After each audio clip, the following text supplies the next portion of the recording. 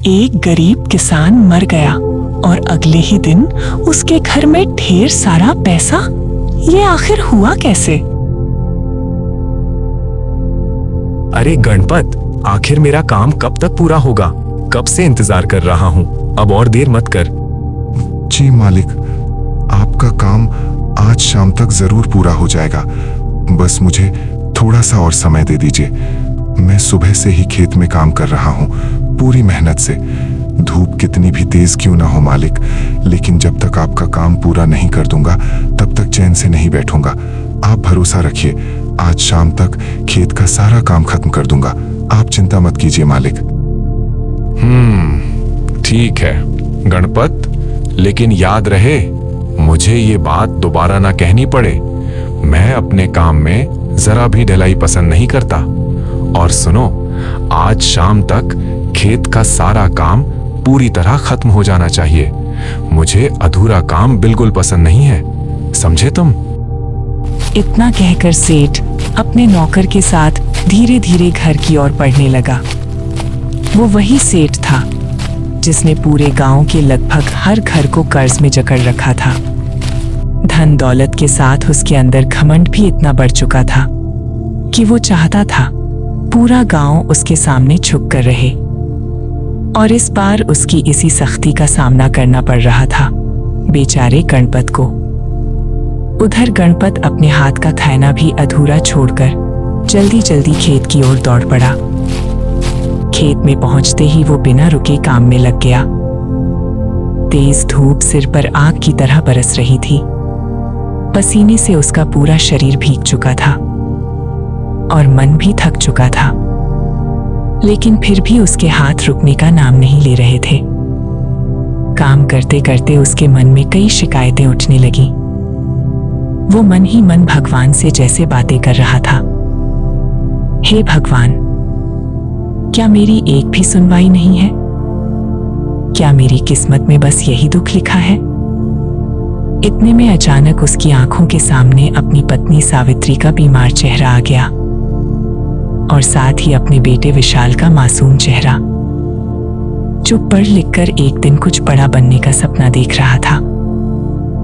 गणपत ने गहरी सांस ली और खुद से धीमी आवाज में बोला, बस भगवान, किसी तरह सावित्री की तबीयत ठीक हो जाए और मेरे बेटे विशाल की पढ़ाई अच्छे से चलती रहे।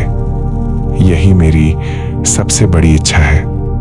इन्हीं विचारों में खोया हुआ गणपत लगातार खेत में काम करता रहा। उसे ये भी पता नहीं चला कि कब सूरज धीरे धीरे ढल गया और कब शाम की ठंडी हवा खेतों में बहने लगी। दिन भर की मेहनत के बाद भी उसके मन में वही चिंता थी, घर की जिम्मेदारियां, बीमार पत्नी और बेटे का भविष्य। लेकिन वक्त कभी रुकता नहीं। धीरे धीरे रात बीत गई और फिर एक नई सुबह का आगमन हुआ। एक ऐसी सुबह जो अपने साथ गणपत की जिंदगी में एक नई कहानी लेकर आने वाली थी। बाबा, आज से मैं भी आपके साथ काम पर चलूंगा। मैं जानता हूँ आप अकेले बहुत मेहनत करते हैं। अब मैं भी आपका सहारा बनना चाहता हूँ। मैं काम भी करूंगा और साथ साथ अपनी पढ़ाई भी करता रहूंगा, ताकि एक दिन मैं आपको इस मेहनत भरी जिंदगी से छुटकारा दिला सकूं। बाबा, अरे नहीं बेटा, अभी मैं जिंदा हूँ। तुम्हें काम करने की कोई जरूरत नहीं है। तुम्हारा काम अभी सिर्फ पढ़ाई करना है। अगर तुम मन लगाकर पढ़ोगे ना, तो एक दिन जरूर कुछ बड़ा बनोगे। जिंदगी में मुश्किलें तो आती ही रहती हैं बेटा। आज हम थोड़े परेशान हैं, लेकिन ये दिन हमेशा नहीं रहेंगे। देखना, एक दिन सब ठीक हो जाएगा। तुम बस अपने मन को मजबूत रखो और पढ़ाई पर ध्यान दो। यही तुम्हारे भविष्य के लिए सबसे सही रास्ता है। गणपत अपने बेटे विशाल को बड़े प्यार से समझा रहा था कि अभी उसके लिए काम करना नहीं, बल्कि मन लगाकर पढ़ाई करना जरूरी है। वो चाहता था कि उसका बेटा पढ़ लिख कर एक अच्छा इंसान बने और इस गरीबी भरी जिंदगी से बाहर निकल सके। गणपत की आंखों में अपने बेटे के लिए कई सपने थे, ऐसे सपने जो वो खुद कभी पूरे नहीं कर पाया। इधर विशाल भी अपने पिता की बातें बड़े ध्यान से सुन रहा था। दोनों बाप बेटे की यही बातें चल ही रही थीं कि तभी अचानक घर के बाहर से किसी की तेज आवाज सुनाई देती है और उस आवाज को सुनकर गणपत और विशाल दोनों चौंक जाते हैं। अरे गणपत, ओ गणपत, कहाँ छुपे पड़े हो? जल्दी बाहर निकलो। ये आवाज सुनते ही गणपत घबरा गया। वो जल्दी जल्दी कदम बढ़ाता हुआ घर के बाहर आ गया। दरवाजे पर पहुंचकर उसने देखा कि वहां सेठ के 2 आदमी खड़े थे। उन्हें देखते ही गणपत के चेहरे का रंग उड़ गया। उसके दिल की धड़कन अचानक तेज हो गई, क्योंकि वो अच्छी तरह जानता था कि सेठ के आदमी यूं ही किसी के घर नहीं आते। उनके आने का मतलब अक्सर कोई नई मुसीबत ही होता था। डरा घबराहट से भरे मन के साथ गणपत ने हिम्मत जुटाई और धीमी आवाज में बोला, क्या बात है साहब, इतनी सुबह आप लोग? सब ठीक तो है ना? कोई खास बात है क्या? अरे ये सब मैं नहीं जानता। मुझे तो बस इतना कहा गया है कि तुम्हें तुरंत मालिक के पास लेकर आऊं। सेठ जी तुम्हें बुला रहे हैं। क्या बात है, क्यों बुलाया है, ये मुझे भी नहीं पता। तुम बस जल्दी से चलो, नहीं तो बाद में मालिक का गुस्सा तुम्हें ही झेलना पड़ेगा। गणपत के मन में डर तो पहले से ही बैठा हुआ था और सेठ के आदमी की बात सुनकर उसका दिल मानो एक पल के लिए थम सा गया। वो बिना कुछ कहे तुरंत उनके साथ सेठ के घर की ओर चल पड़ा। रास्ते भर उसके मन में कई सवाल उमड़ने लगे। आखिर सेठ ने मुझे इतनी जल्दी क्यों बुलाया है? आज तक तो उन्होंने कभी इस तरह अचानक नहीं बुलाया, फिर आज क्या बात हो गई? इन्हीं सोचों में डूबा हुआ गणपत धीरे धीरे चलते हुए सेठ की उस बड़ी हवेली के सामने पहुंच गया। हवेली के अंदर आंगन में सेठ एक बड़ी कुर्सी पर आराम से पैर फैलाकर बैठा हुआ था और अपने नौकर को कुछ समझा रहा था। गणपत जैसे ही वहां पहुंचा, उसने डरते हुए अपना सिर झुका लिया और चुपचाप वहीं खड़ा हो गया। अरे कामचोर कहीं के, मुझे तुम्हारे परिवार से क्या मतलब? कौन बीमार है, किसे क्या परेशानी है, ये सब सुनने का मेरे पास बिल्कुल समय नहीं है। मुझे तो बस अपना पैसा चाहिए, और वो भी आज के आज, पूरा का पूरा। समझे तुम? अगर आज पैसे नहीं मिले तो मंदिर के पीछे वाली जो तुम्हारी जमीन है ना, वो सीधे मेरे नाम हो जाएगी। और सुन लो, अगर उससे भी मेरा पैसा पूरा नहीं हुआ तो तुम्हारा ये घर भी मेरा हो जाएगा। अब फैसला तुम्हारे हाथ में है गणपत। पैसा लाओ, नहीं तो सब कुछ मेरे नाम करो।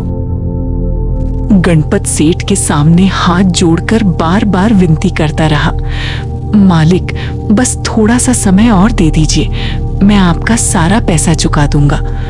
लेकिन सेठ के दिल पर जैसे पत्थर रखा हुआ था, उसने गणपत की एक भी बात नहीं सुनी। आखिरकार हार कर गणपत वहां से भारी मन और निराश कदमों के साथ अपने घर की ओर चल पड़ा। रास्ते भर उसके मन में अनगिनत सवाल उठते रहे। इतना सारा पैसा आज ही कैसे जुटाऊंगा? अगर पैसे नहीं दे पाया तो मेरा घर, मेरी जमीन, सब कुछ चला जाएगा। फिर मेरे परिवार का क्या होगा? इन्हीं बेचैन करने वाले ख्यालों में डूबा हुआ गणपत धीरे धीरे रास्ते पर चलता जा रहा था। तभी अचानक उसके सीने में तेज दर्द उठा। गणपत ने खुद को संभालने की कोशिश की, लेकिन दर्द इतना तेज था कि उसके पैर लड़खड़ा गए और वो वहीं सड़क पर गिर पड़ा। पास से गुजर रहे कुछ लोगों ने जब गणपत को जमीन पर गिरा देखा तो वे तुरंत दौड़कर उसके पास आए। सबने मिलकर उसे उठाने की कोशिश की, लेकिन तब तक बहुत देर हो चुकी थी। गणपत की सांसें हमेशा के लिए थम चुकी थीं। वो इस दुनिया को छोड़कर हमेशा के लिए जा चुका था। कुछ ही देर में ये दुखद खबर पूरे गांव में फैल गई। जब ये खबर गणपत के घर पहुंची तो विशाल और सावित्री के पैरों तले जैसे जमीन ही खिसक गई। सावित्री पहले से ही बहुत बीमार थी। वो इतनी कमजोर हो चुकी थी कि बिस्तर से ठीक से उठ भी नहीं पा रही थी। उधर विशाल ये खबर सुनते ही बदहवास होकर अपने पिता की ओर दौड़ पड़ा। वो भागता हुआ वहां पहुंचा और जैसे ही उसने अपने पिता को जमीन पर निश्चल पड़ा देखा, उसकी आंखों से आंसू बहने लगे। विशाल तुरंत अपने पिता के पास बैठ गया और उनका सिर अपनी गोद में रख लिया। उसकी हालत देखकर वहां खड़े लोगों की भी आंखें नम हो गईं। आज एक बेटे ने अपने पिता को खो दिया था और एक परिवार का सहारा हमेशा के लिए टूट गया था। बाबा, ये आपको क्या हो गया? आप ऐसे कैसे चले गए? बाबा, मुझे अकेला छोड़कर मत जाइए। प्लीज बाबा, एक बार आंखें खोलिए। देखिए ना बाबा, मैं आ गया हूँ। आपका विशान। आप तो कहते थे ना कि हम दोनों मिलकर हर मुश्किल का सामना करेंगे। फिर आज आप मुझे यूं अकेला कैसे छोड़ सकते हैं? बाबा, उठिए ना, माँ आपका इंतजार कर रही है। प्लीज बाबा, एक बार आंखें खोलिए। मुझे आपसे बहुत सारी बातें करनी है। बाबा। विशाल बार बार अपने पिता गणपत को आवाज देता रहा। बाबा, उठिए ना बाबा, आंखें खोलिए। लेकिन गणपत ने एक बार भी आंखें नहीं खोली। ये दर्दनाक दृश्य देखकर वहां खड़े लोगों की आंखें भी नम हो गईं। हर कोई समझ चुका था कि अब गणपत कभी वापस नहीं आएगा। विशाल अपने पिता के पास बैठा लगातार रोता रहा। उसे इस तरह टूटता हुआ देखकर लोगों का दिल भी कांप उठा। कुछ देर बाद गांव के बुजुर्गों ने उसे धीरे धीरे समझाया और उसे हिम्मत देने की कोशिश की। फिर भारी मन के साथ सब लोग गणपत के अंतिम संस्कार के लिए शमशान घाट की ओर चल पड़े। जब चिता को आग दी गई तो जलती लकड़ियों की हर आवाज विशाल के दिल को अंदर तक तोड़ रही थी। वो बस चुपचाप खड़ा आग की लपटों को देखता रहा। उसकी आंखों से आंसू लगातार बह रहे थे। उसे समझ ही नहीं आ रहा था कि अब उसकी जिंदगी कैसे चलेगी। जिस पिता के सहारे वो अब तक जी रहा था, वो आज हमेशा के लिए उसे छोड़कर जा चुके थे। धीरे धीरे शाम हो गई। गांव में फिर से सन्नाटा छा गया और फिर रात बीतने के बाद एक नई सुबह होने वाली थी, जो विशाल की जिंदगी को एक नए मोड़ पर ले जाने वाली थी। बेटा, हिम्मत रख। इस दुनिया में भगवान की मर्जी के बिना एक पत्ता भी नहीं हिलता। जो हुआ है उसे हम बदल तो नहीं सकते, लेकिन हिम्मत के साथ उसका सामना जरूर कर सकते हैं। तू अपने दिल को मजबूत कर बेटा। तू अकेला नहीं है, मैं हूं ना तेरे साथ, और हम सब गांव वाले भी तेरे साथ खड़े हैं। देखना बेटा, धीरे धीरे सब ठीक हो जाएगा। काका विशाल को संभालने की कोशिश कर रहे थे। उसे बार बार हिम्मत दे रहे थे और दिलासा भी दे रहे थे कि सब ठीक हो जाएगा। लेकिन सच तो ये था कि इस दर्द की दवा अब किसी के पास नहीं थी। उधर घर में सुमित्रा एक कोने में पड़े पुराने बिस्तर पर चुपचाप लेटी हुई थी। उसकी आंखों से आंसू लगातार बह रहे थे। वो खुद इतनी बीमार और कमजोर हो चुकी थी कि उठकर अपने पति के अंतिम दर्शन भी ठीक से नहीं कर पाई। उसका दिल दुख और चिंता की आग में जल रहा था। एक तरफ उसे अपने पति की याद बार बार रुला रही थी और दूसरी तरफ अपने बेटे विशाल की चिंता उसे अंदर ही अंदर तोड़ रही थी। वो बस दोनों हाथ जोड़कर आंखें बंद किए भगवान से एक ही प्रार्थना कर रही थी कि हे भगवान, मेरे पति को तो आपने अपने पास बुला लिया, अब मेरे बेटे पर दया करना। वो अभी बहुत छोटा है प्रभु, उस पर कोई मुसीबत मत डालना। उसे हिम्मत देना, उसे सही रास्ता दिखाना। उसके सिर से उसके पिता का साया उठ गया है, अब आप ही उसका सहारा बनना। हे भगवान, मेरे बेटे विशाल की रक्षा करना। काका, बाबा हमेशा कहते थे, बेटा जिंदगी में कितनी भी बड़ी परेशानी क्यों ना आ जाए, कभी घबराना मत। तुम्हारे पीछे मैं खड़ा हूं, तुम बस हिम्मत करके आगे बढ़ते रहना। लेकिन काका, आज वही बाबा मुझे अकेला छोड़कर चले गए। अब मैं क्या करूं काका, कैसे आगे बढ़ूं? काका, बाबा के बिना मैं बिल्कुल अकेला हो गया हूं। काका, बाबा। काका और विशाल अभी आपस में यही बातें कर रहे थे कि तभी अचानक सेठ अपने 2 गुंडों के साथ वहां आ पहुंचा। सेठ को वहां देखकर काका को थोड़ा अजीब लगा, क्योंकि अभी गणपत की चिता की आग भी पूरी तरह ठंडी नहीं हुई थी और सेठ अपना कर्ज वसूलने आ गया था। उसके चेहरे पर जरा भी दया या दुख नहीं था, बल्कि वो गुस्से से भरा हुआ दिखाई दे रहा था। वहां मौजूद लोग भी ये देखकर हैरान रह गए कि किसी के घर इतना बड़ा दुख आया है और सेठ को सिर्फ अपने पैसों की चिंता है। सेठ तेज कदमों से आगे बढ़ा और गुस्से से भरी आवाज में विशाल से कहने लगा, अरे विशाल, कल ही मैंने तुम्हारे बाबा से साफ साफ कह दिया था कि मेरा पूरा पैसा चुका देना, लेकिन अभी तक मुझे मेरा कर्ज वापस क्यों नहीं मिला? चलो अब ज्यादा बातें मत बनाओ, मुझे मेरा पैसा चाहिए अभी के अभी, और अगर पैसा नहीं है तो तुरंत ये घर खाली करो। सुना तुमने? चलो चलो जल्दी से घर खाली करो। मालिक, कल ही गणपत इस दुनिया को छोड़कर चला गया। विशाल अभी बहुत छोटा है, उस पर थोड़ा रहम कीजिए मालिक।